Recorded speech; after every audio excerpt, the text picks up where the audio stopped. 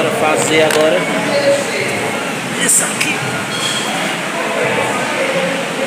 Partilha, comenta e me segue. Bora. 1 minuto. Prancha.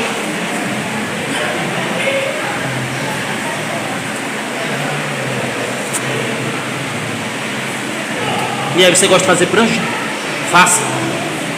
Vai fortalecer teu abdômen.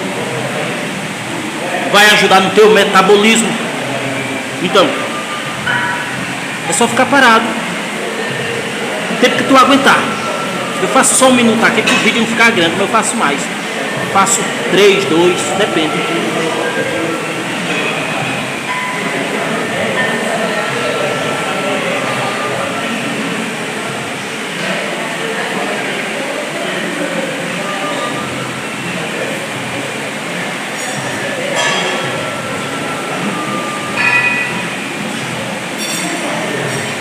Valeu!